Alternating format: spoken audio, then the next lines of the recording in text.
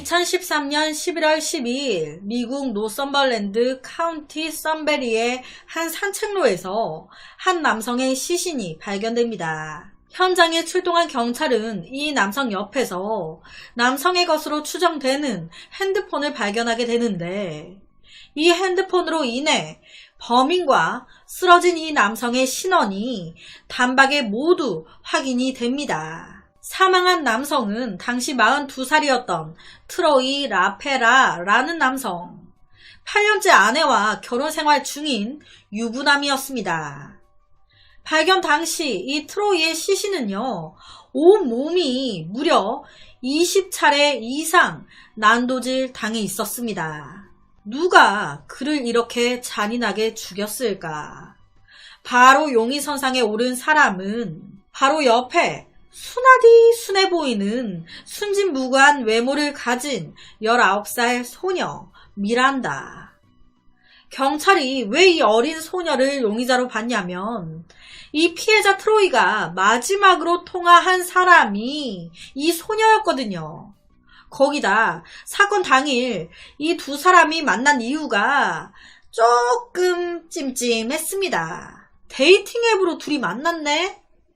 당시 19살이었던 미란다는요, 결혼해서 남편이 있었습니다. 이 사건 났을 때가 딱 결혼한 지 3주째였어요. 남편의 이름은 22살이었던 엘라이트 바버. 이 바버 질이 굉장히 안 좋았습니다. 둘이 결혼했으니 먹고는 살아야겠는데, 돈이 없네. 그래서 생각한 게, 꼬시자. 누구를? 남자를.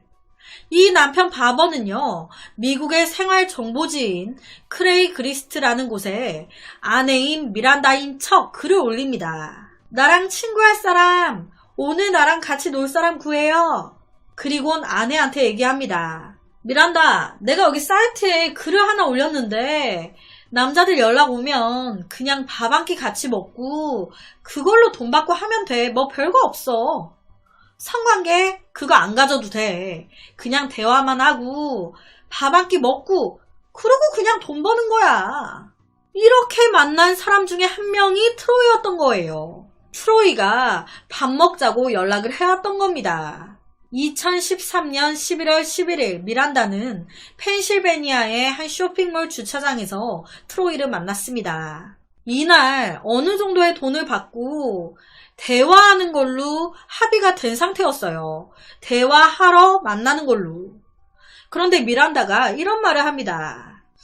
트로이, 오늘 우리 대화 말고 같이 잘래요? 돈 더 주면 내가 같이 자줄게요. 이 유혹을 좋다고 트로이가 응, 그래, 좋아, 덥석 문 겁니다. 그렇게 그들은 차를 타고 필라델피아의 작은 도시 외진 곳으로 향했습니다. 미란다는 운전석에, 트로이는 조수석에 앉았는데, 한참을 운전한 뒤에 미란다는 한적한 곳에 차를 세웠습니다. 갑자기 세우니까 트로이가 놀란 거예요. 응? 여긴 왜 세워? 미란다는 진지한 표정으로 얘기하기 시작합니다. 트로이, 사실 나 당신한테 속인 거 있는데, 나 사실 19살 아니고 16살이에요. 16살이어도 괜찮아요? 이런 미란다의 고백에 트로이의 표정은 19살 아니고 16살이야? 한결 더 부드러워졌습니다. 상관없어. 난 뭐든 좋아. 그러면서 트로이가 미란다의 허벅지를 여기 아무도 없어. 딱 좋아. 이리 와. 트로이가 막 혼자 신나가지고 미란다 허벅지 만지고 막 그러고 있는데 미란다 표정 하나 안 변하고 말합니다. 트로이, 오늘 밤 별이 참 아름답죠? 이 말에 트로이는요, 그래. 별이 참 이쁘네, 그래.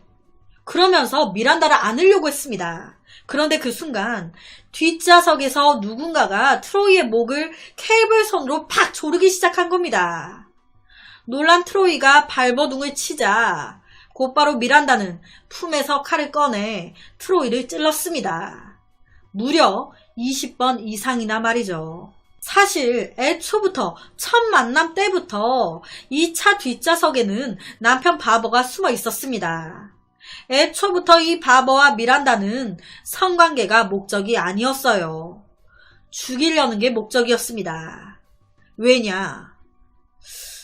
내가 16살이라고 했는데, 내가 미성년자라고 분명히 얘기했는데, 그럼에도 불구하고 성관계 하자니까 좋다고 하자네.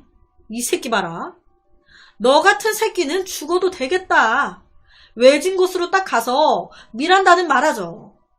트로이, 오늘 밤 별이 참 이쁘지 않아요? 이게 신호였던 거예요. 내가 지금 딴 데로 시선 쏠려놨으니까 지금 얼른 뒤에서 트로이를 죽이라고. 트로이는 이 커플이 자신을 버릴 곳을 찾아 돌아다니고 있을 때도 여전히 펄떡이며 살아 있었습니다. 그렇게 미란다 커플은 미국 노선벌랜드 카운티 썬베리에 시신을 버린 뒤에 차 안에 남아있을 증거들을 표백제와 물티슈, 수건 등을 구입해서 모두 닦고 자기 남편 바버의 생일을 축하하기 위해 바로 스트립 클럽을 향했습니다. 사람을 죽이고 아무렇지도 않게. 그리고 다음날 바로 시신이 발견됐던 거예요. 피해자 트로이의 핸드폰에 남아있는 마지막 기록. 미란다. 미란다는 처음에 트로이가 절 갑자기 성추행하려고 했어요. 제가 하지 말라고 막 방어하다가 그러다가 이렇게 돼버린 거예요. 라고 말을 했습니다. 하지만 얼마 안 가 남편 바보도 잡혔네? 이렇게 되니 자포자기한 거예요. 충격적인 사실들을 막 털어놓기 시작한 겁니다. 사실 제가 한 13살 때부터 사람을 죽이기 시작했어요. 대략 한 22명 정도 죽였나? 한 22명 정도 막 세다가 귀찮아서 그만뒀어요. 라고 말을 했습니다. 그러니까 22명 이상 죽였다고 말한 거예요. 경찰이 미란다를 체포하려고 집에 딱 왔을 때 미란다는 경찰을 보자마자 이렇게 얘기했습니다. 경찰이 왔네. 그 트로이 사건 때문에 온 거죠? 체포하세요. 이거였습니다. 첫마디가. 살해한 거에 대해서 바로 인정한 거예요. 경찰 조사를 하면서 자기 말로는 일부러 트로이의 핸드폰도 시신 바로 옆에 잘 보이게 던져놓고 간 거였다고. 자기가 하루라도 빨리 붙잡히길 원했다는 겁니다. 왜? 이제 사람 죽이는 게 재미없거든. 지긋지긋해. 죽이는 게 다 거기서 거기야. 미란다는 내가 죽인 놈들은 다 나쁜 놈들이었어요. 죽어도 싼 놈들만 죽였습니다. 나쁜 짓을 하고도 죗값을 치르지 않은 놈들만 골라서 죽였어요. 그래서 미안하지도 않아요. 라고 말을 했습니다. 그러니까 자기가 한 살인에 대해서 죄책감 전혀 없는 거예요. 난 정의를 실현했을 뿐이다. 죽여야 되는 놈들을 죽였다. 미란다의 범행 방법은 단순했습니다. 앞서 말씀드린 방법으로 남자 꼬셔가지고 직접 만난 뒤에 미성년자라고 말합니다. 그런데도 상관없다. 성관계 하자라고 하면 죽이고, 너 미성년자야. 나 그냥 집에 갈래. 미성년자 싫어. 라고 하면 안 죽이는 거예요. 미란다는 무려 13살 때부터 살인을 저질렀습니다. 그 어린 소녀가 왜 이런 악마가 돼버린 걸까? 그 이유는요. 미란다의 부모님은 늘 바빴어요. 자녀를 돌볼 수가 없었습니다. 그래서 미란다는 4살 어릴 때부터 삼촌 집에 있었어요. 그런데 이 삼촌이 진짜 쓰레기인 거예요. 그 어린 4살 소녀한테 입에 담기도 더러운 찢어 죽여야 되는 짓을 저지른 겁니다. 이 충격이 이 소녀의 인생을 망쳐버린 거예요. 엇나가기 시작한 미란다는 13살 때 악마 숭배 조직에 가입까지 합니다. 그런데 이 악마 숭배 조직이 제대로 된 숭배 조직이겠습니까? 미친놈들 뿐인데 거기 지도자가 또 그 어린 미란다를 성폭행하고 더 나아가서 반강제적으로 그들 숭배 집단에 빚을 진 남자를 총을 쏴 죽이게끔 강요를 한 거예요. 미란다한테, 그 어린애한테 네가 총 쏴서 쟤 죽이라고. 그렇게 13살 때 첫 살인을 하게 된 겁니다. 속히 살인의 맛을 봤다고 하죠. 그날 이후 미란다는 결심했습니다. 살인까짓 거 별거 아니구만. 아싸리 나한테 상처 준, 트라우마를 안겨준 성범죄자들 내가 모조리 싸그리 다 죽여버려야겠다. 그래서 13살 때부터 19살까지 범행을 한 거예요. 나 16살 미성년자인데 괜찮아요? 네, 괜찮아요. 성관계해요. 그러면 빵! 미안해요. 싫어요. 갈게요. 그러면 잘 가. 뭐 그냥 살려보내도 난 돈을 버는 거니까. 그렇게 살인하고 돈도 벌고 했던 거죠. 19살 소녀가 무려 22명 이상을 죽였다고 자백했습니다. 당연히 남편 바버와 미란다는 모두 2014년 9월 무기징역을 선고받았다고 하는데요. 그래서 오늘은 무려 13살 때부터 6년 동안 살인을 저지른 한 여성 살인마에 대한 사건을 가지고 왔습니다. 1991년 12월 2일 미국 캘리포니아의 자택에서 모처럼 늦잠을 자고 있었던 존은 누군가 다급하게 문을 두드리는 노크 소리에 놀라 잠을 깨게 됩니다. 존의 집 문을 다급하게 두드리던 사람은 바로 23살이었던 오마이마 넬슨이라는 여성. 이 존과 오마이마는 서로 아는 사이였습니다. 한 술집에서 둘이 같이 술을 마신 적이 있는 사이였어요. 솔직히 뭐 그렇다고 해서 둘이 사귀거나 이런 사이는 아니었거든요. 그냥 술 한 번 같이 딱 마시고 잠자리 이제 좀 같이 하고 그렇게 끝난 사이였는데 갑자기 이 오마이마가 존의 집을 막 찾아온 거예요. 존의 집을 찾아온 오마이마의 상태는 딱 봐도 이상했습니다. 다짜고짜 막 울면서 남편한테 강간에다가 폭행까지 당했어요. 제발 좀 도와주세요. 실제로 존이 봤을 때 이 오마이마의 상태는요. 온통 상처투성이었습니다. 오마이마는 실제로 존한테 자기 가슴을 막 들어 보여주면서 여기 가슴 보라고 남편이 칼로 찌르려고 한 거라고 내가 피해서 이 정도지 정말 날 죽이려고 했다고 이뿐만이 아닌 팬티까지 벗어가지고 생식기까지 보여줬습니다.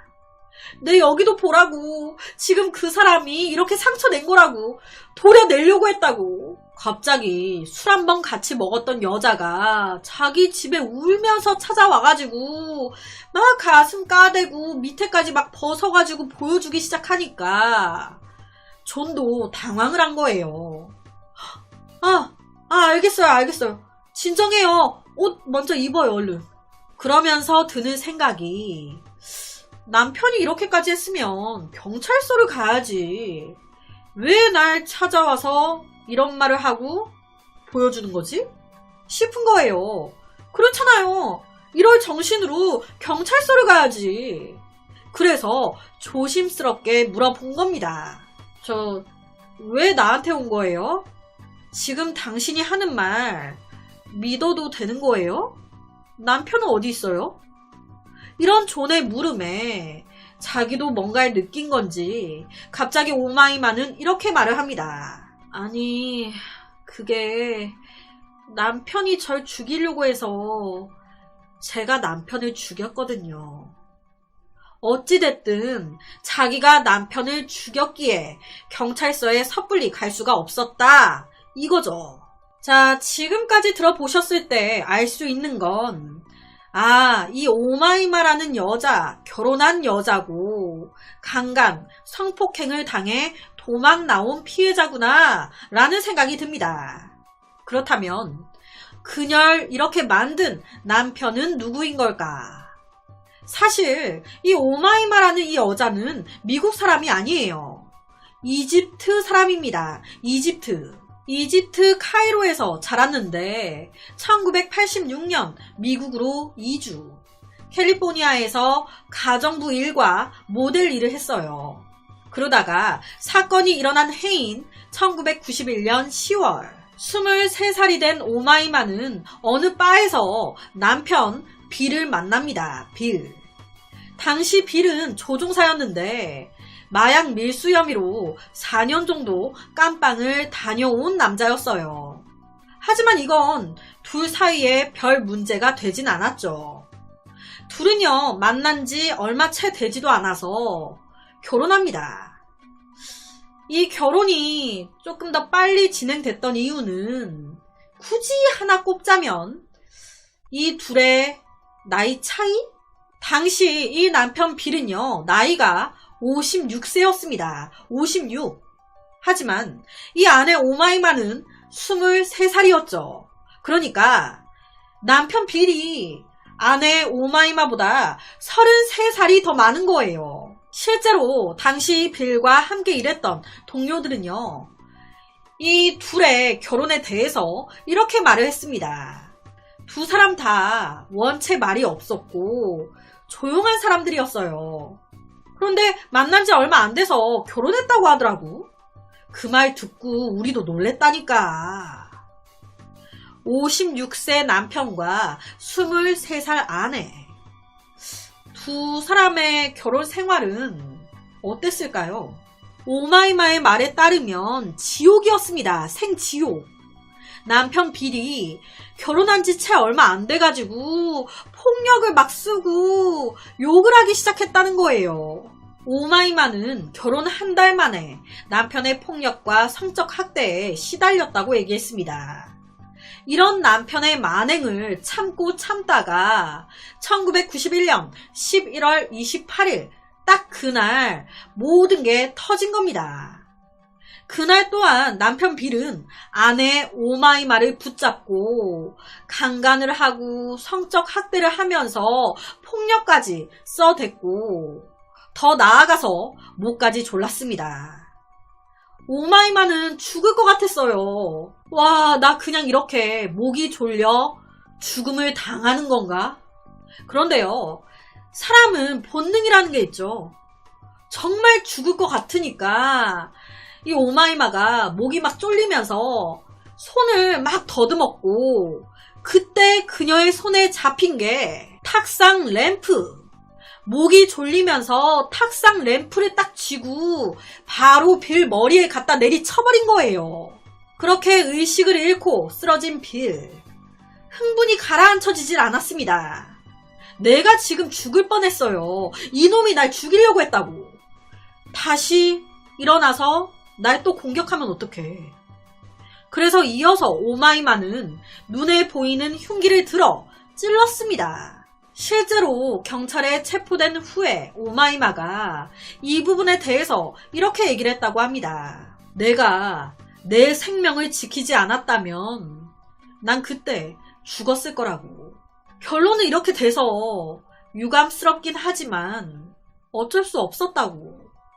난 내가 지금 살아있어서 너무 기쁘다고. 그러니까 오마이마가 주장하고 있는 건 날 보호하기 위해서 방어로 그를 죽일 수밖에 없었다라는 걸 주장하고 있는 건데, 여기까지만 들으면 그랬을 수도 있겠다 싶어요. 얘를 안 죽이면 내가 죽는데. 하지만 지금 이 모든 건 산자의 말입니다. 죽인 가해자의 말이에요. 그녀의 말을 얼마나 믿어야 하는 걸까? 경찰은요, 이 오마이마의 이때까지 지금 이 모든 말 믿지 않았습니다. 왜냐? 웃기지 마. 방어하려다가 죽였다고? 그럼 죽인 거에서 끝났어야지. 그 후에 보인 당신의 행동은 살인에 대한 죄책감, 공포감, 무서움도 전혀 없고 시체 훼손은 너무너무 끔찍했어. 살해 동기와 그 후에 보인 당신의 행동이 하나도 맞질 않아. 실제로 이 오마이마는요, 의식 잃은 남편을 쓱 보고는 바로 칼을 들어 남편을 토막냈습니다. 남편 빌의 그 성기까지 따로 잘라가지고 봉지에 따로 보관까지 했대요. 거기다 그녀는 남편의 머리를 따로 잘라서 끓였습니다. 이뿐만이게요. 손도 따로 다 잘라서 지졌습니다. 지졌어요. 지지다 못해 끓이기까지 했습니다. 왜? 모두 지문 없앨라고. 지금 보시는 이 화면이요.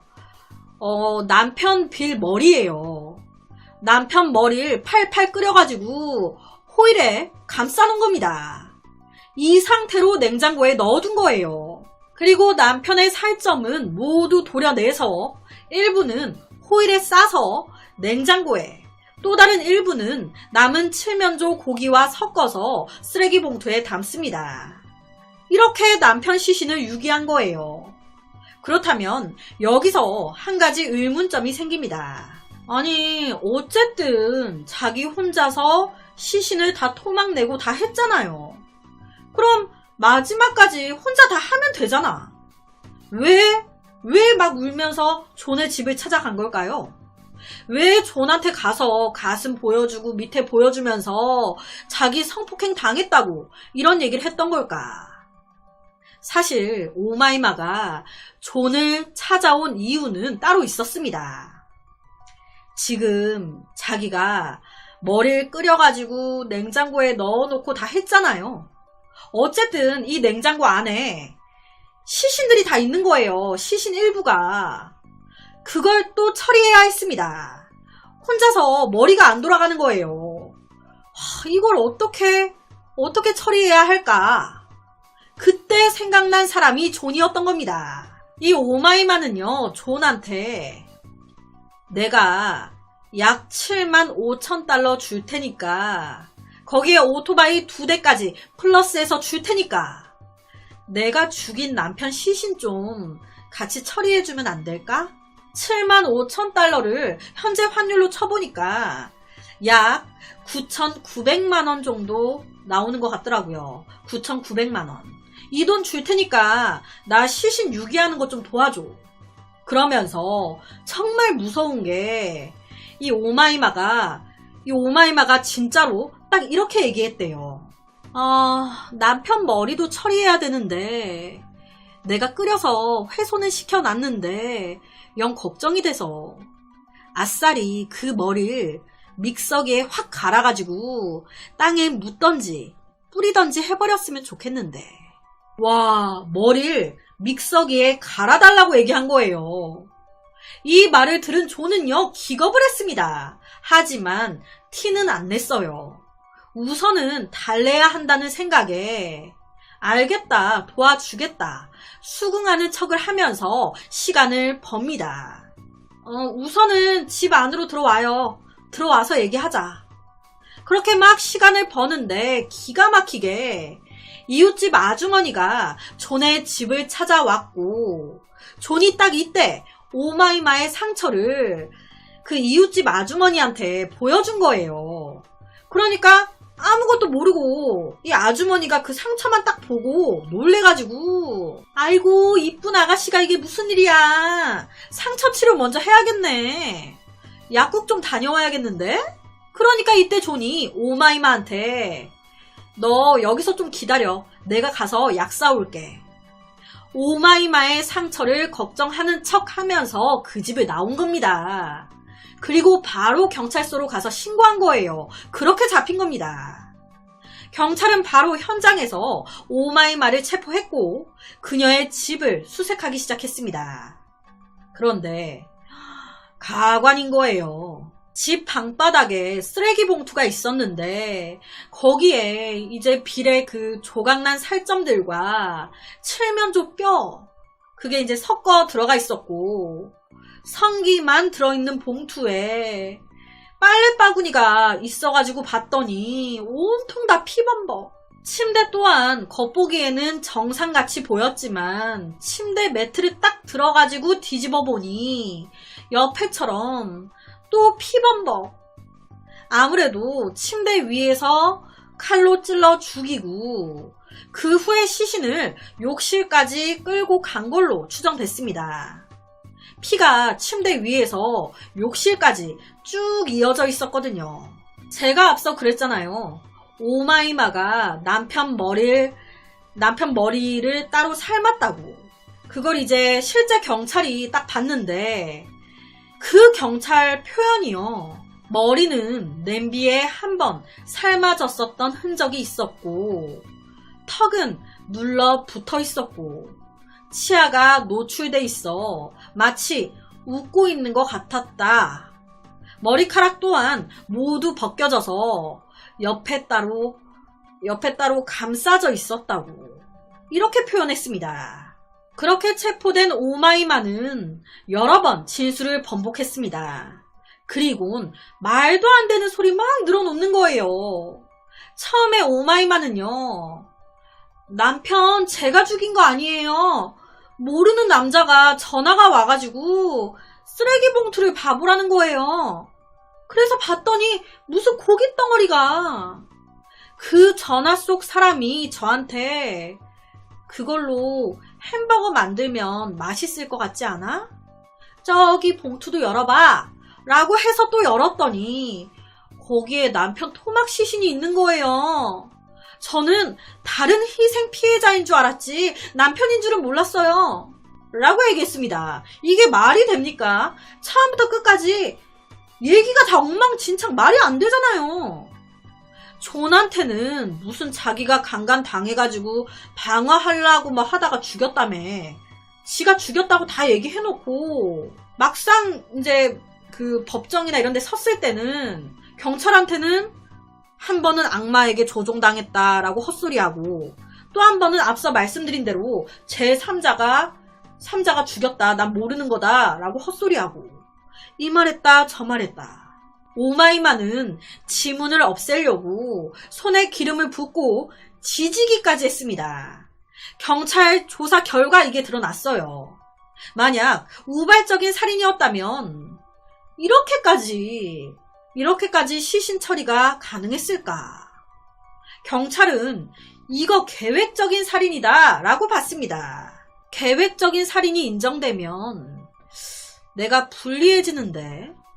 그러니까 이때 오마이마는 심신상실을 핑계대면서 무죄를 주장합니다.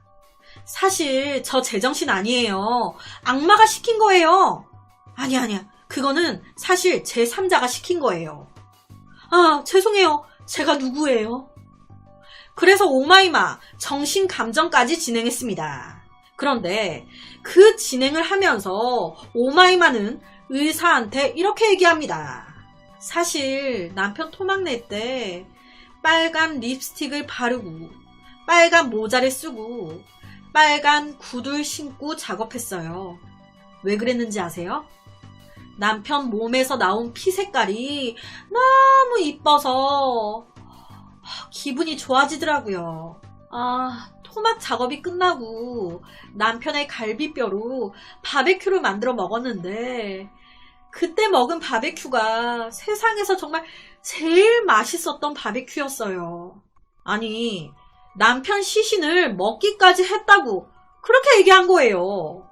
그런데요, 이렇게 의사한테는 다 말해놓고 정작 재판 과정에서는 또 부인합니다.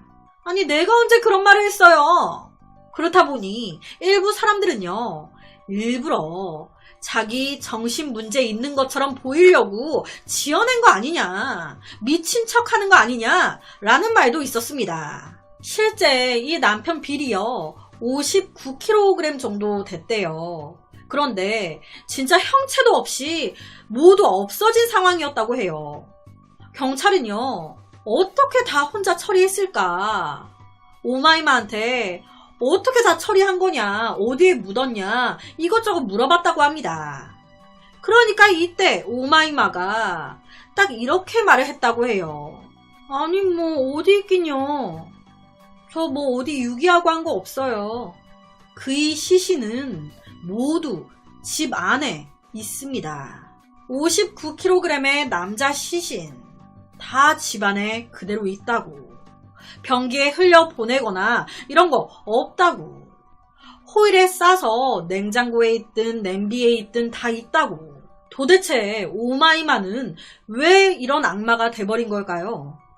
정말 남편이 강간하려고 해서 그걸 피하려다가 방어하려다가 이렇게까지 돼버린 걸까요? 검찰은요, 이 여자 강간은 무슨 남편 빌한테 마약과 돈 같은 걸 뺏으려다가 그게 안 되니까 짜증나서 죽인 거라고. 철저히 계획적인 살인이라고. 결혼한 지 한 달 만에 이렇게 잔인하게 토막내 죽인다는 건 말이 안 된다고. 자기 몸에 있는 상처 우리가 봤을 땐 스스로 자기가 낸 거라고.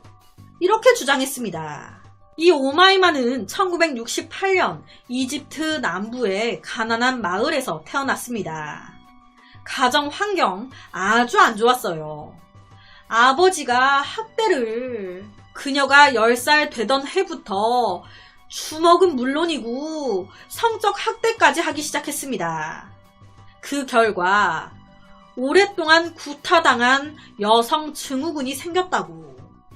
이렇게 살다가 그녀가 한 19살이 됐을 때 우연히 이집트에 있는 미국인 남성을 만나게 된 거예요. 사실 이 미국인 남성은요, 오마이마를 보고 좋아가지고 막 들이댔는데 이 오마이마는 그닥 좋아하진 않았어요. 우선 이 지긋지긋한 아버지의 품, 이 집, 지옥을 벗어나고 싶다는 생각이 강해서 19살 때 만난 그 남자와 결혼, 미국으로 건너갑니다.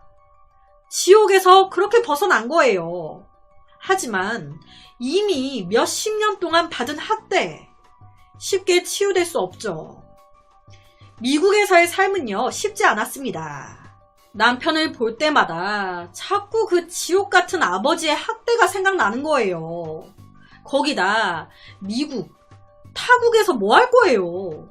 그녀가 할 수 있는 건 가정부나 누드 모델 같은 일이었습니다. 아니, 이런 일을 하면 돈을 줘야 될 거 아니에요.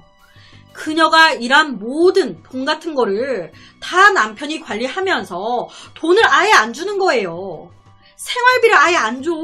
그게 이제 참고 참다가 터진 겁니다. 결국 오마이마는 그 집에서 도망쳐 나옵니다. 그 후에 그녀는 자신의 몸을 원하는 사람과 동거하면서 매춘 생활을 했습니다. 매춘 생활. 잠자리 하는 상대편 남자 집에 딱 가서 남자가 취해 잠들었을 때 그 집에 귀중품을 막 훔쳐가지고 도망 나오고 그렇게 살았어요. 그러다가 23살이 됐을 때 피해자인 빌을 만나 결혼한 겁니다. 이 오마이마는 빌의 폭력적인 모습을 보는데 아버지 모습이 보였다. 내가 그런 거에 참 예민한데 참고 참다가 죽여버리게 된 거다 라고 얘기했습니다. 실제로 외상 후 스트레스 장애 진단을 받았다곤 하는데 어찌됐든 정상이 아니니까 죽이고 훼손하고 다 했겠죠. 정상이라면 애초부터 이런 식의 범행 했겠습니까? 정신 이상자인 건 당연한 거죠. 정신적으로 문제가 있으니까 이런 짓을 했지. 여튼 오마이마는 1993년 1월 2급 살인 혐의로 종신형을 선고받았습니다. 그리고 2006년 첫 가석방 대상이 됐는데 거부당해요. 그녀는요, 참 대단합니다. 감옥에 갇혀있는 동안에도 재혼을 합니다. 누구랑? 70대 할아버지랑. 나이 차이가 또 어마어마한 남자랑 결혼한 거예요. 옥중에서. 그런데 2011년 두 번째 가석방을 신청했을 때쯤 이 70대 남편 사망했대요. 아무래도 나이가 있으니까. 그렇게 오마이마의 세 번째 남편이 죽으면서 그녀에게 남은 건 사망한 70대 남편이 남긴 막대한 유산이었습니다. 아니, 이 70대 할아버지가요, 감옥에 있는 사람이 아니에요. 그런데 이 여자가 계획하에 편지를 막 보내가지고 꼬신 것 같더라고요. 제가 이제 기사를 막 찾아보니까 이제 편지로 막 해가지고 꼬셨다고. 유산 노리고. 어차피 오래 못 살 사람이니까. 그리고 그 계획 생각대로 얼마 안 가 사망. 내가 아내니까 아내인 나한테 돈이 우르르르르. 돈을 어찌 벌었으니 나가야 될 거 아니에요. 그러니까 가석방 계속 집어넣고 있는 거예요. 난 무조건 나가야 돼. 그렇게 이어진 두 번째 가석방 심사 때 무려 그녀에 대해서만 5시간을 심사했다고 합니다. 그러면서 이때 심사하는 사람들은 그녀에게 이걸 물어봤습니다. 정말 그날 남편 빌의 시신 먹었냐고. 이 물음에 대해서 오마이만은 나는 남편 빌의 어떤 부분도 먹지 않았습니다. 하느님께 맹세해요. 난 괴물이 아닙니다. 의사한테는 먹었다고 해놓고 시간 지나니까 또 안 먹었대. 그러니까 다시 물어본 거예요.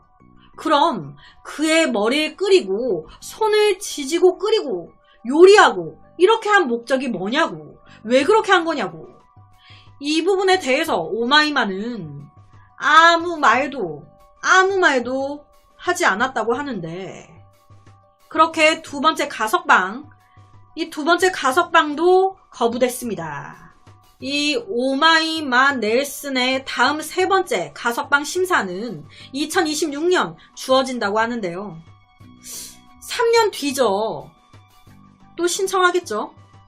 또 거부돼야 될 것 같은데 옥중에서도 재혼을 했습니다. 그러면서 재산을 물려받았어요. 이 여자 자신의 죄를 깊이 반성은 하고 있는 걸까요?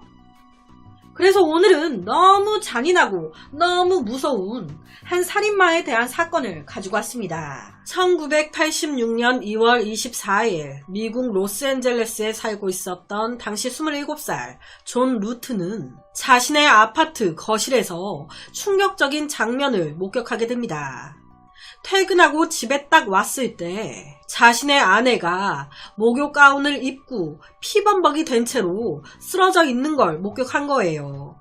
놀란 존은 바로 아내를 끌어안았습니다.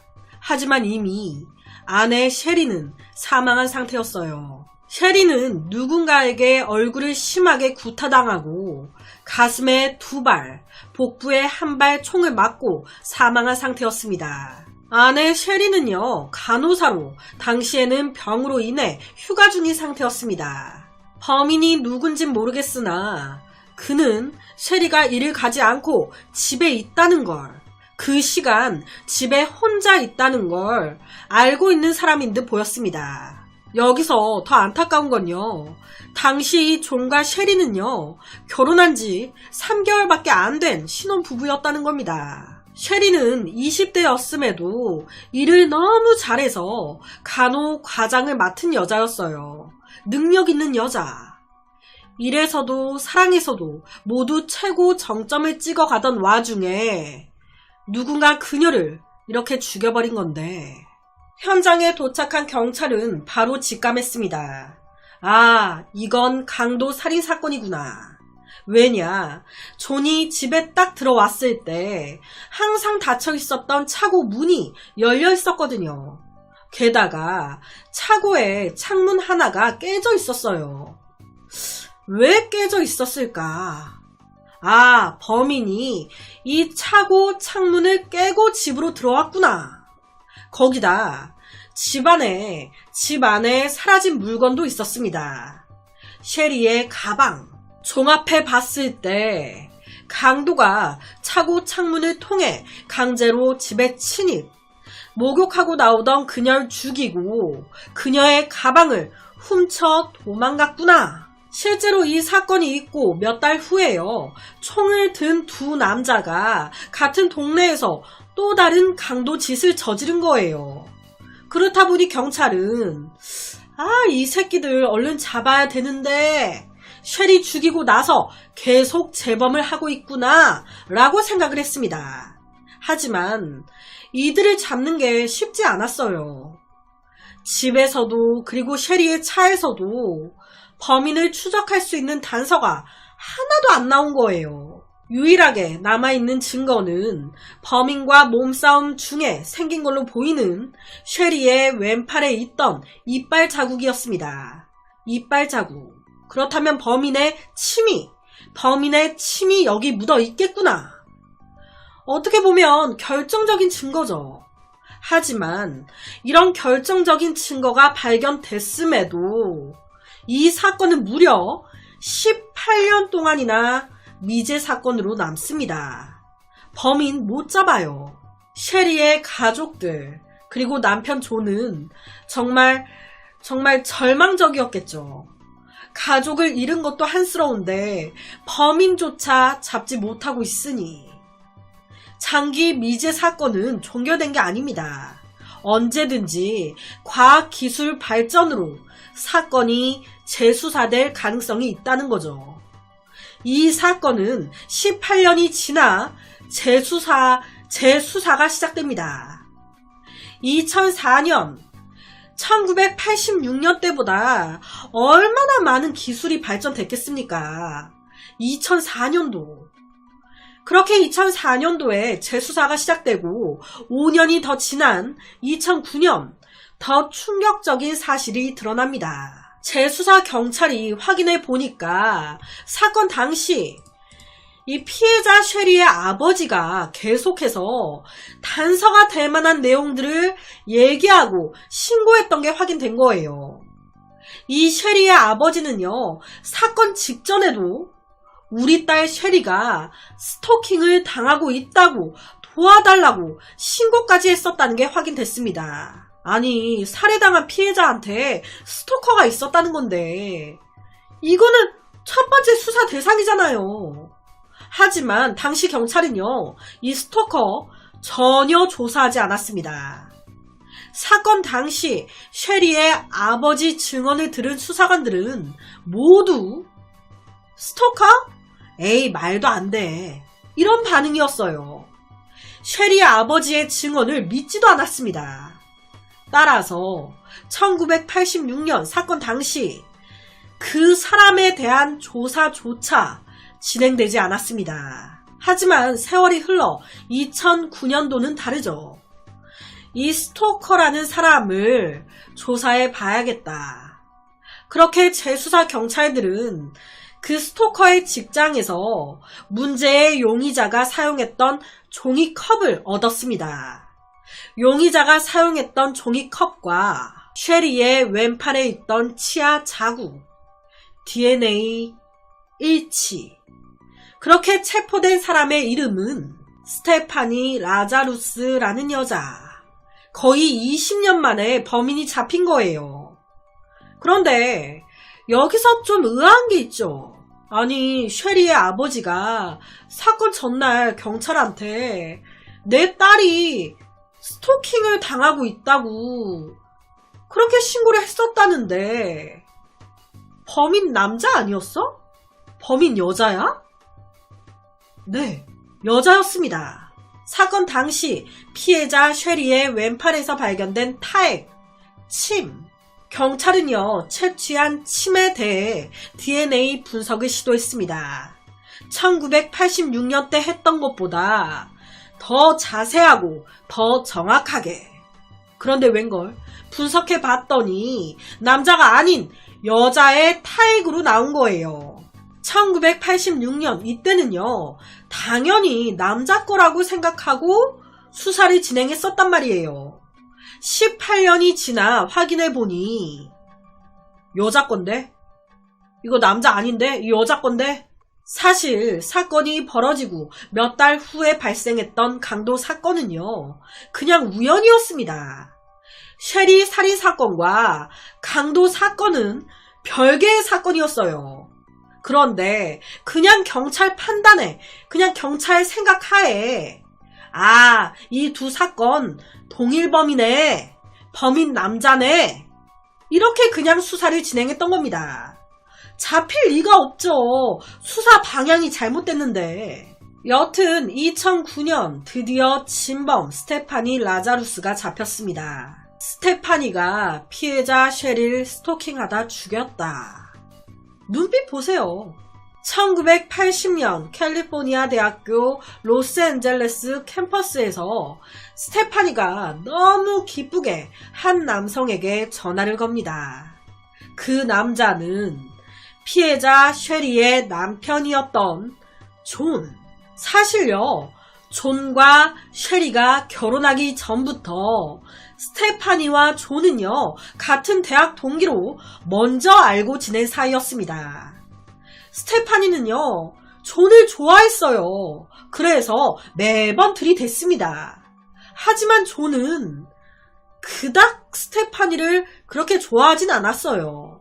그런데 자기 좋다고 자꾸 달라붙고 그러니까 참 이 존도 줏대가 없는 게 자기 좋다 하니까 이걸 이용해서 둘이 그 성관계 파트너로만 막 지낸 거예요. 그 성관계 파트너로.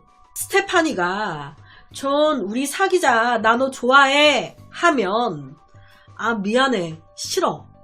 거리를 좀 두는 척 하면서 약간 어장관리하듯이 잠자리만 같이 하는 이런 관계는요, 대학 졸업 후에도 계속적으로 이어졌습니다. 그렇게 지내다가 대학을 졸업한 지 2년 정도 더 지난 1984년 스테파니에게 충격적인 사건이 벌어집니다.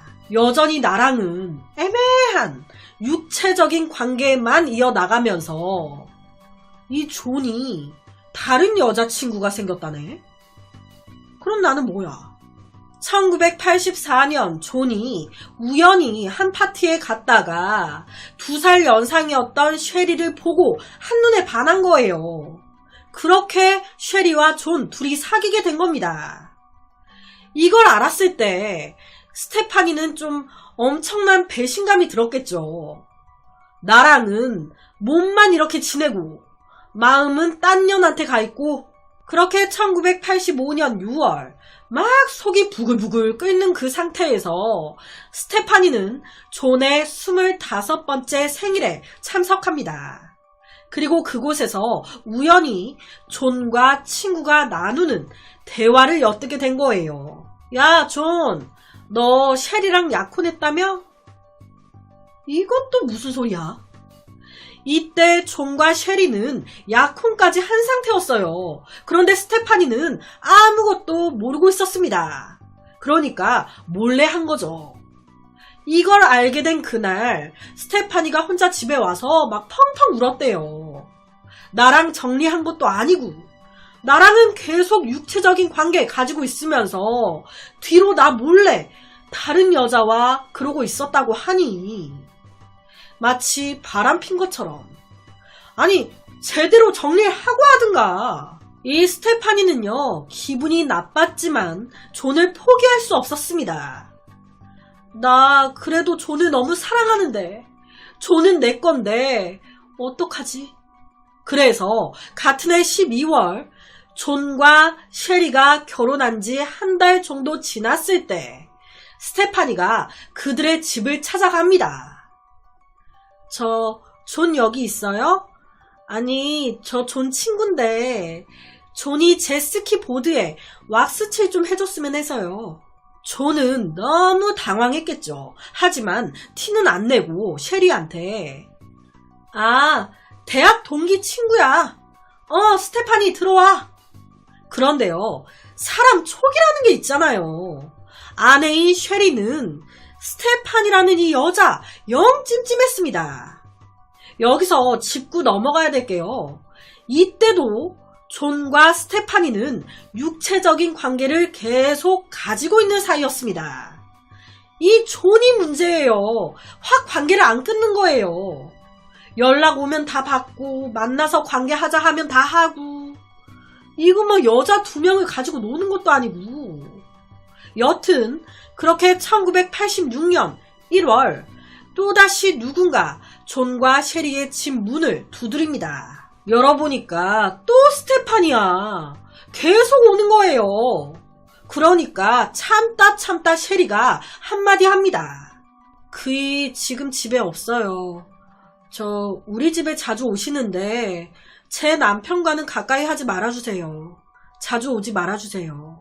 그런데 딱 그날 이후부터 누군가 셰리를 미행하고 전화 와서 받으면 그냥 딱 끊어버리고 스토커 짓을 하기 시작한 겁니다.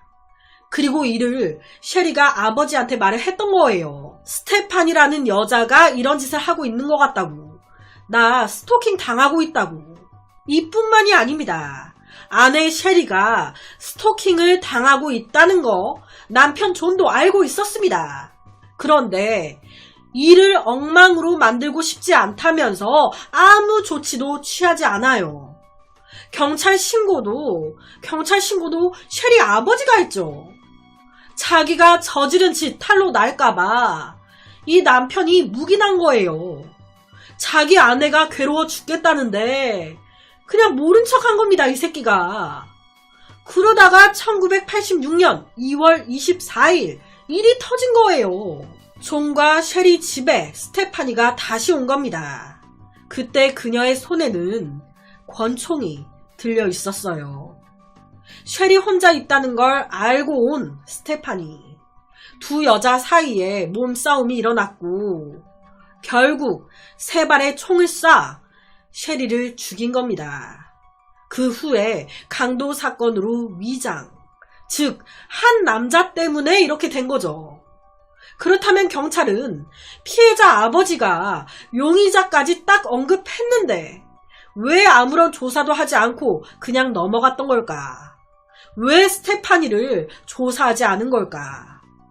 사실 경찰은요, 이 아버지의 신고조차 심각하게 받아들이지 않았습니다.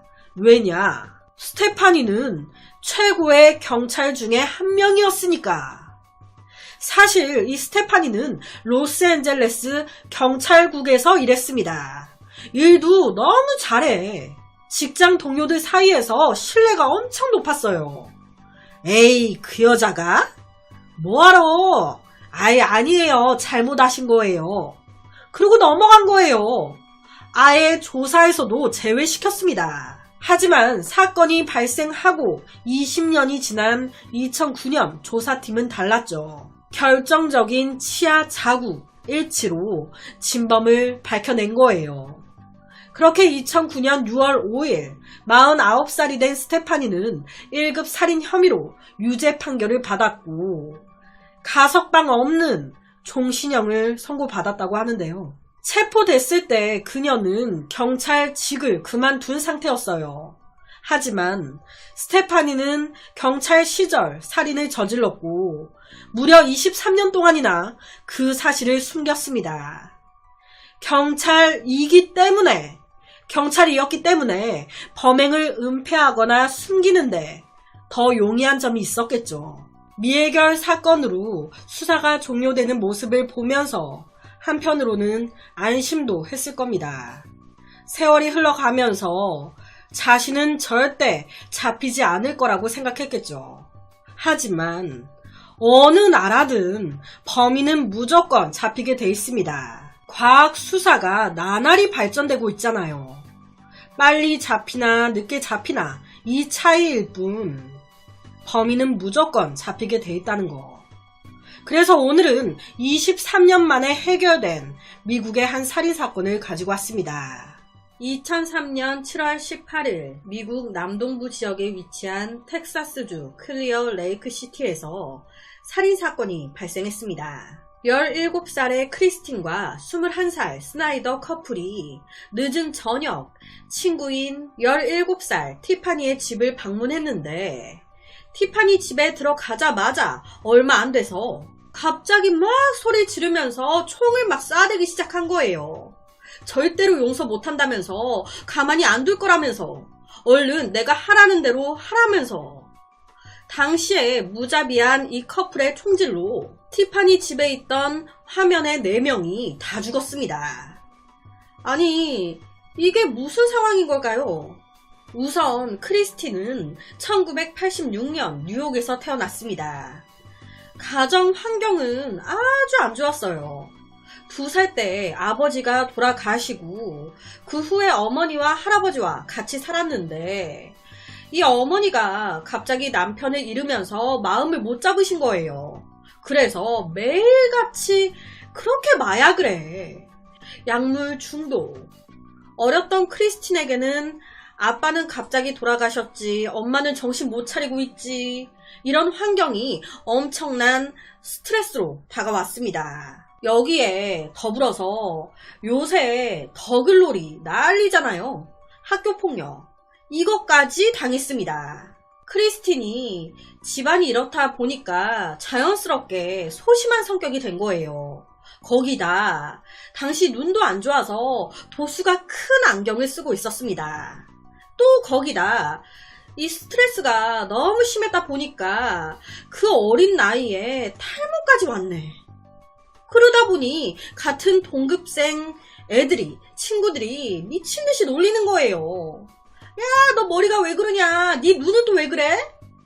그럴 때마다 이 크리스틴은 아무 말도 못하고 하염없이 울었습니다. 스트레스가 점점점 더 심해지니 탈모 증상 나아질 수가 없죠. 크리스틴의 탈모 증상은 심했습니다. 머리카락뿐만이 아닌 눈썹과 속눈썹까지 빠질 정도, 속눈썹도 빠질 정도, 가발을 쓸 수밖에 없는 상황까지 갔어요. 아니 이게요, 본인 딴에 본인은 또 얼마나 스트레스였겠어요. 집은 집대로, 학교는 학교대로, 이 미성년자 사춘기라는 게 또 오잖아요. 거울 보면 내 얼굴은 얼굴대로, 학교 친구들은 매일같이 그녀를 놀려댔고, 이런 환경에 크리스틴은 매우 내성적이고 친구도 없이 홀로 외롭게 지냈습니다. 중고등학교 다 똑같았어요. 전학을 가기도 했는데 전학 가서도 똑같았습니다. 전학을 가서 희망 없이 학교를 다니고 있는데 2003년 그녀에게 두 친구가 다가옵니다. 안녕? 그 두 친구는 크리스틴보다 한 학년 위였던 티파니와 레이첼. 이 티파니와 레이첼은요, 되게 다정하게 먼저 크리스틴에게 다가와 줬습니다. 이에 처음에는 경계를 보였던 크리스틴도 점점 이 두 사람에게 마음을 열었죠. 이 티파니와 레이첼은 학교에서 인기가 많았어요. 남녀 다 좋아하는. 아무래도 이래서 좋아했겠죠. 먼저 외로워 보이는 친구에게 다가와 주니까. 이 둘은요, 다른 의도는 없었습니다. 정말 학교 끝나면 크리스틴까지 해서 셋이 같이 놀았고요. 어느 한날은 레이첼과 티파니가 이런 말까지 해요. 크리스틴, 너 며칠 뒤에 학교에서 미인대회 열리는 거 알지? 너 거기에 나가보는 거 어때? 우리가 도와줄게. 학교 미인대회에 나가보라고 자기들이 도와주겠다고. 저는 준비하면서 여기까지도 좀 이 두 사람을 의심했어요. 괜히 좀 그 미인대회에 나가게 해서 사람들 앞에서 망신 주려고 그러는 거 아니야? 그런데 전혀. 이 레이첼과 티파니는요, 정말 크리스틴을 미인대회 1등 만들어주기 위해서 같이 돌아다니면서 옷도 사고요, 이쁘게 화장도 해주고, 야, 너 너무 이쁘다. 너 1등 할 수 있을 것 같아. 야, 솔직히 1등 하지 않아도 돼. 이번에 너 이쁜 모습 이렇게 애들한테 보여주고 하면 다 얼마나 놀라겠냐. 막 격려해주고. 외모 때문에 오랫동안 왕따를 당했던 크리스틴은 아니야, 괜히 나갔다가 사람들이 또 비웃으면 어떡해. 하지만 이럴 때마다 티파니와 레이첼이 힘이 돼줬습니다. 야, 걱정하지 마. 그런 얘기 안 나올 정도로 우리가 널 이쁘게 꾸며줄 테니까. 그렇게 대망의 미인대회 날, 실제로 이날 크리스틴 1등 했습니다. 여기까지는 얼핏 진짜 훈훈한 그런 얘기 같죠. 하지만 이 사건은요, 이 세 사람의 운명을 바꿔놨습니다. 그렇게 시간이 며칠 좀 더 흘러 크리스틴에게는 남자친구까지 생깁니다. 그 남자는 당시 21살이었던 스나이더. 인상에서 뭔가 좀 딱 느껴지죠? 학교 생활에 자신감도 생기고 남자친구도 생기고 뭔가 쓱쓱 잘 풀리는 거 아닌가 싶은데, 시간이 좀 더 지나서 한 학년 위였던 레이첼과 티파니가 먼저 졸업을 했습니다. 그 이후에도 크리스틴까지 셋은 친구로 남아 있었어요. 그런데 어느 날 이 크리스틴이 학교에서 다른 애들이 하는 이상한 소리 듣게 된 거예요. 야, 너 그거 알아? 얼마 전에 미인대회에서 우승한 애 있지? 그거 레이첼과 티파니가 막 애들한테 크리스틴 뽑으라고 막 이렇게 저렇게 해가지고 그래서 애들이 다 억지로 뽑아준 거 알아? 이런 얘기 듣게 된 겁니다. 그 순간 크리스틴은 너무너무 화가 났습니다. 아니, 솔직히 저는 이 부분 좀 이해가 잘 안 가요. 어쨌든 자기 1등 만들어주려고 이 두 친구가 노력을 막 해준 거잖아요. 크리스틴 자기가 1등 된다고 뭐 티파니와 레이첼 득이 되는 게 없어요. 정말 지 좋으라고 친구들이 힘을 써준 건데, 이때 크리스틴은 친구들이 자기를 속였다고 생각을 한 거예요. 자기를 놀리려고 그런 거라고 비꼬아서 생각을 한 겁니다. 늘 괴롭힘을 당해왔으니까 아무래도 더 그렇게 생각하지 않았을까. 그렇게 며칠이 지난 2003년 7월 18일 밤, 크리스틴은 남자친구인 스나이더와 함께 티파니 집에 갑니다. 당시 그 집에는 티파니의 남자친구, 그리고 그 남자친구의 사촌, 그리고 레이첼, 집주인인 티파니까지 4명이 있었어요. 아무것도 모르고 있던 티파니는 웃으면서 스나이더와 크리스틴을 반겼죠. 얼른 들어오라고. 그렇게 딱 들어가자마자 얼마 안 돼서 총 쏴가지고 다 죽인 거예요. 아래 사진이 실제 당시 현장 사진입니다. 아니, 정말 그 미인 대회에서 1등을 친구인 티파니와 레이첼이 만들어줬다고, 자기 뒤에서 막 다른 친구들한테 자기 뽑으라고 막 얘기하고 다녔다고, 그래서 이렇게 총으로 다 쏴가지고 죽인 걸까요? 피해자들은요, 무려 40번 이상 총에 맞아 죽었습니다. 자, 여기까지 들었을 때 크리스틴은 왜 자기 친구들을 이렇게 잔인하게 다 죽인 걸까? 앞서 말씀드린 대로 미인대회 1등 그것 때문에? 그게 정말 살인의 이유일까요? 크리스틴의 감정을 이해할 수가 없습니다. 세상에는 친절을 친절로 받아들이지 못하는 사람들이 있죠. 친절도 비꼬아서 안 좋게 생각하는 그런 유의 여자였던 걸까? 범죄 후에 크리스틴과 스나이더는 바로 도망갔습니다. 그리고 경찰이 출동했는데 별로 현장에 증거가 없었어요. 그저 그 티파니의 남자친구가 집에서 마약을 판 게 확인되면서 마약 관련 살인인가? 라고 추정을 할 뿐이었습니다. 하지만 그게 아니었으니까 단서가 나올 리가 없죠. 경찰이 가진 유일한 증거는요, 도망치는 이 두 사람을 본 목격자 뿐이었습니다. 목격자. 지금 화면이 그 목격자의 말에 따라 그린 몽타주예요. 그런데 이걸로 어떻게 잡습니까? 이 사건은요, 무려 3년 동안 수사가 중단됩니다. 진전 없이 그냥 시간만 쭉 흐른 거예요. 그런데 2006년 7월 19일 3년 하고도 딱 하루 지났을 때 돌연 이 크리스틴 체포가 됩니다. 어떻게 잡힌 걸까요? 중요한 익명 제보가 들어온 거예요.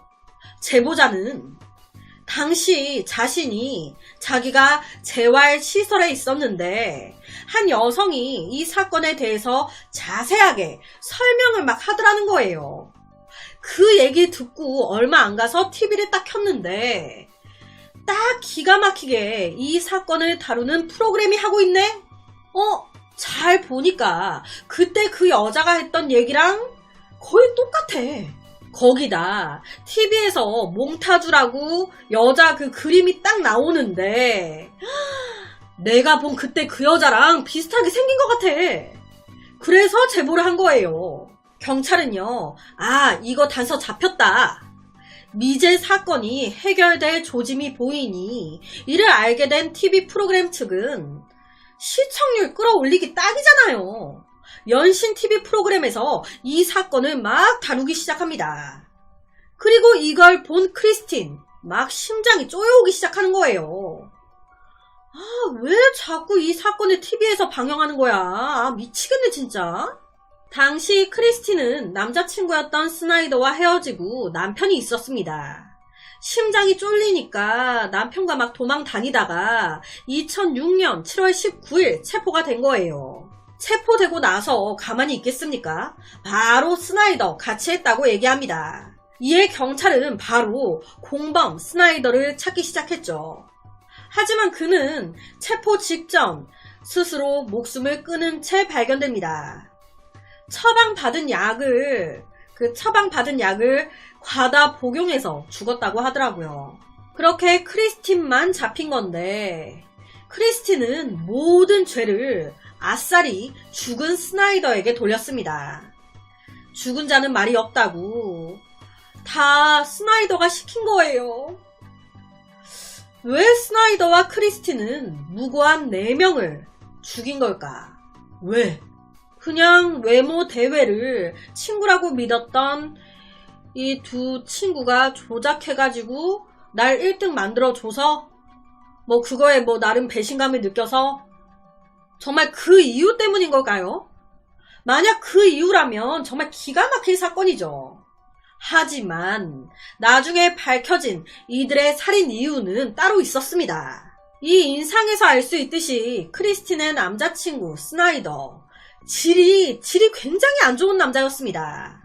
크리스틴과 만나면서 둘이 매일같이 약하는 거예요. 그놈의 약. 스나이더가 말로 막 크리스틴을 가스라이팅하고 허구한 날 같이 마약하자고 하고 그러다 보니 늘 둘이 약에 취해 있었습니다. 거기다 스나이더가 이제 크리스틴과 둘이 싸우잖아요. 그러면 이 크리스틴의 가족들을 다 죽여버리겠다고 협박하는 일도 많았다는 거예요. 그날 티파니의 집을 간 이유도 있었습니다. 둘이 마약에 쩔어 있었잖아요. 제가 앞서 그랬죠. 티파니의 남자친구가 집에서 마약을 팔고 있었다고. 마약 때문이었습니다. 크리스틴과 스나이더가 그 집에 딱 가서 마약을 훔치려고 하다가 그게 잘 안 되니까 짜증나가지고 총쏴 다 죽여버린 거예요. 특히나 레이첼은요, 6발 정도 총에 맞은 상황이었는데 정작 사망 사인은 총상이 아니었습니다. 레이첼은 총을 맞아도 안 죽으니까 막 그 총 뒤에 이렇게 총을 잡으면 여기 있죠. 총 여기 딱딱한데 여기로 막 엄청 때려가지고 죽인 거예요. 그 이후에 도망친 둘은요, 얼마 안 가 헤어집니다.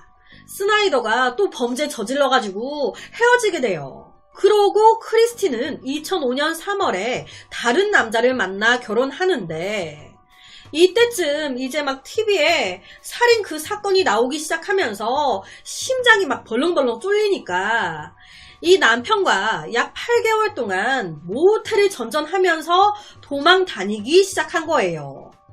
그런데 이 8개월 동안에도요, 막 심리적으로 불안하니까 모텔 안에 콕 처박혀서 마약을 계속합니다.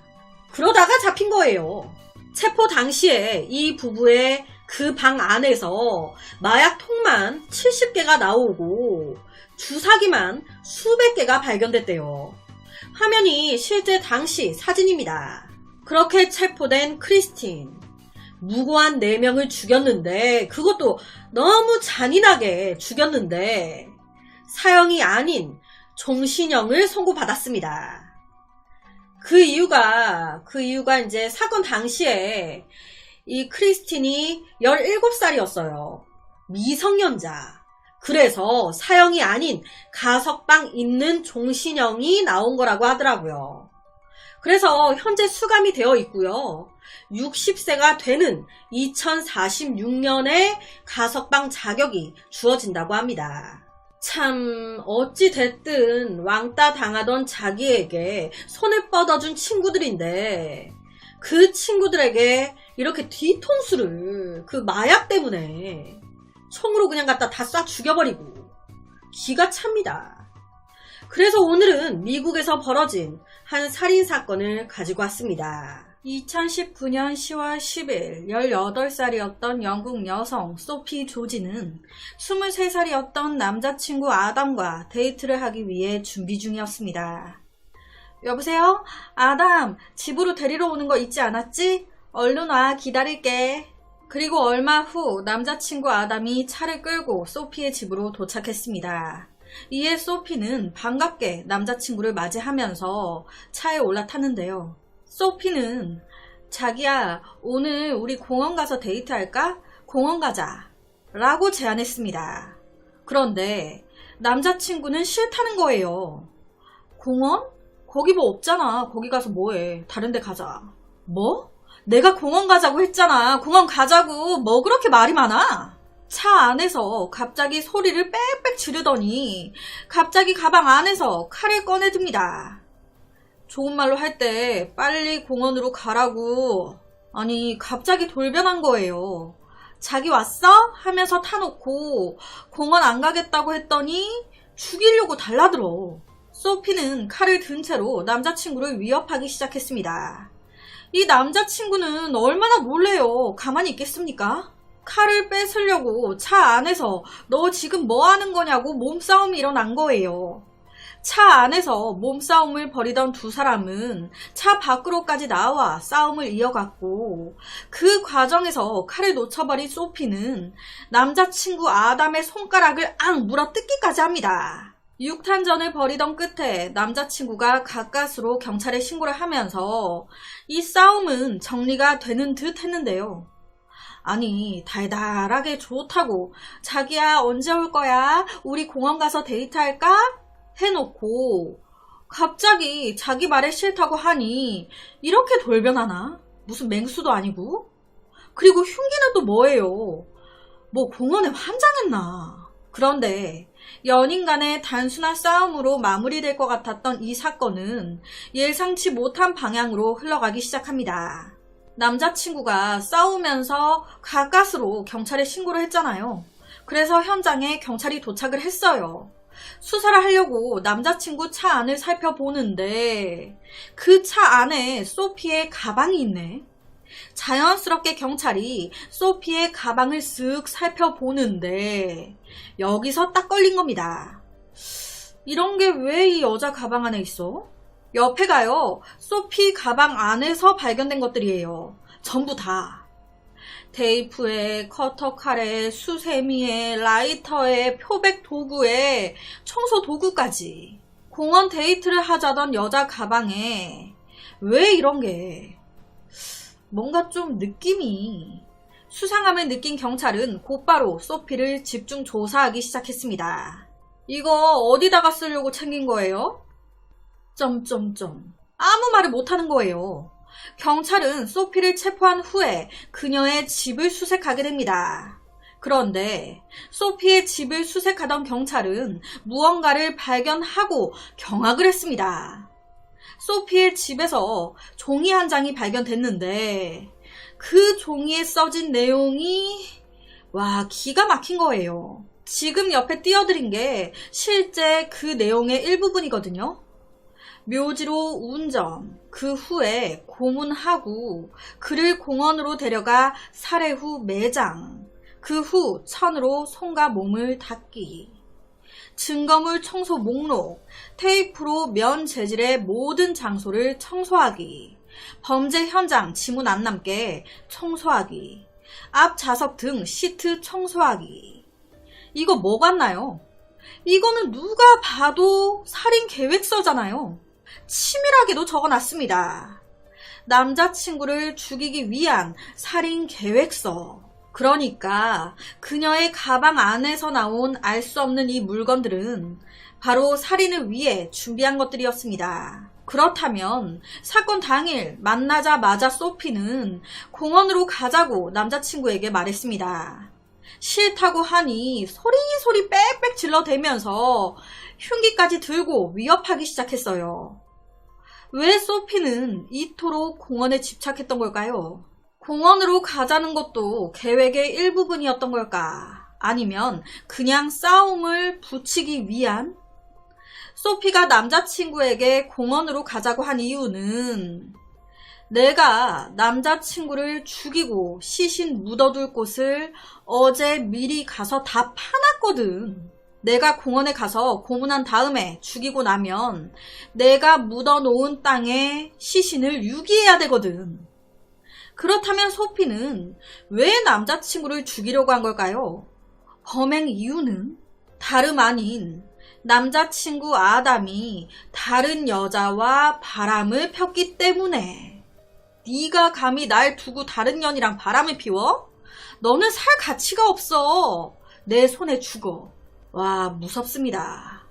재판부는 이 사건은 우발적인 범행이 아닌 계획적인 범행이다. 소피는 자기가 하려던 행동이 잘못된 행동이라는 걸 충분히 인지하고 있었고 해당 범죄를 은폐하기 위해 치밀하게 계획했다 라면서 살인 미수와 무기 소지 혐의로 징역 13년 6개월을 때렸습니다.